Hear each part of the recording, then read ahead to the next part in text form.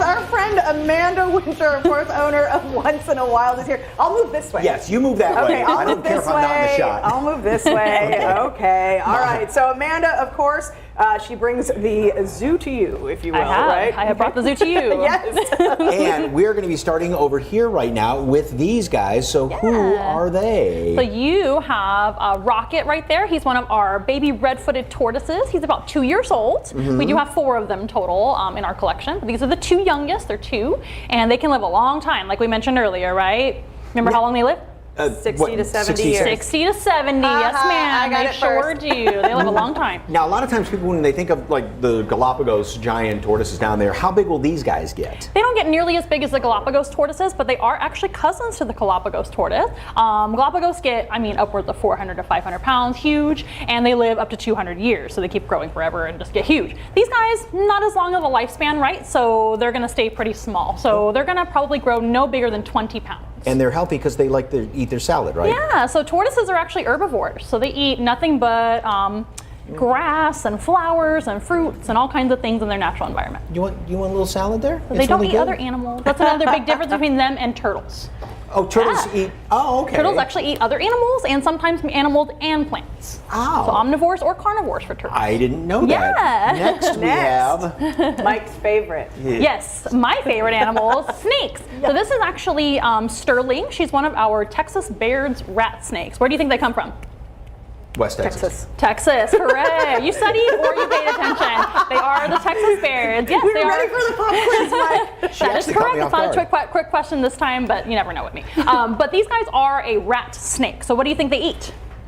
Rats? Rodents. So not really rats at this size, right? Because rats are too big for this particular individual. She is pretty small, but they can grow around 4 to 5 feet, and they can eat smaller rodents like mice. So not really rats for these guys, but other members of the rat snake family may be able to eat small rats. So if something like this were kind of hiding underneath your shed or near the garage, that's pretty good to have in the yard, right? They're excellent to have around. Snakes in general are wonderful for eliminating pests out of our environment.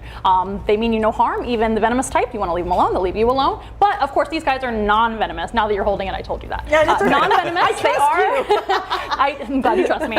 They are a harmless snake to humans, 100%. Okay, now we have got, if I can come here. I held you before. Come here. There we go. You're doing a great job. Thank you. What is this? I don't know if I could hold that. That is amazing. Okay. I don't mind this. See, you don't mind that. Okay. That is a cool critter, isn't it? What is it, Mike? It is a Vinegaroon. Very good, Vinegaroon. These guys are actually in the arachnid family. At first glance, they do look like an insect. They behave a little bit like an insect, but they're related to spiders, scorpions, ticks, and mites. Because right offhand, I only see 6 legs, and it looks like there's a couple of antennae right there. Yeah, you would think so at first glance, but those are actually the first set of legs. And they don't walk on them, but they use them kind of like for feelers. And they even have a feeler in the back called a flagellum that looks like a tail. And that helps them to feel maybe something approaching them from behind in the dark. They are nocturnal, so they're going to wander around in the dark hunting juicy roaches and all kinds of things that they hunt.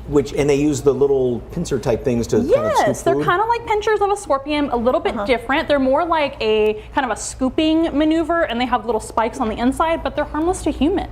But they're never seen one. I know, they're super cool. Most people don't know about them, but they are actually another Texan native. And one thing that they do to defend themselves is they actually spray a little puff of acidic acid that smells like pickles. So her name is Pickles. Okay. Pickles. Okay. There you go. That's their defense against predators. All right, we got What about 2 this minutes guy? left. Yes. Can you see him behind his bowl of food? This is Cooper. He's our male opossum. He is a big boy, isn't he?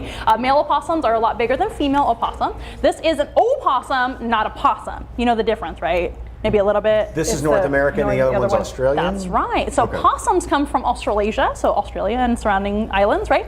These guys come from, North America, but also into Mexico as well a little bit. And the opossum has many different species as well in South America, but this is the Virginia opossum. Not just found in Virginia, found all over the United States and Canada and Mexico, like I said. These guys are wonderful animals. They actually get a really bad rep for being a rodent, but they're not. They're marsupials like the kangaroo.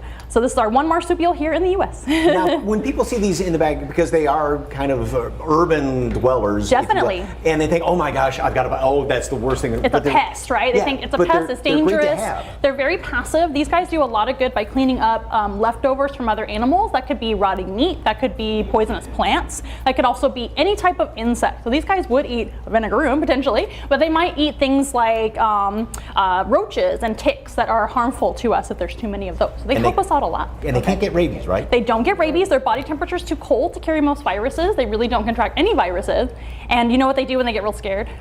Play possum. They play opossum. opossum. They play dead, they faint, and they are just kind of like pacifists. They don't really bite or attack at all. Grab your last animal right now Okay, because sounds we're good. kind of We have running a short really on cool time one. right now. Not And that our other animals are not cool. largest toad.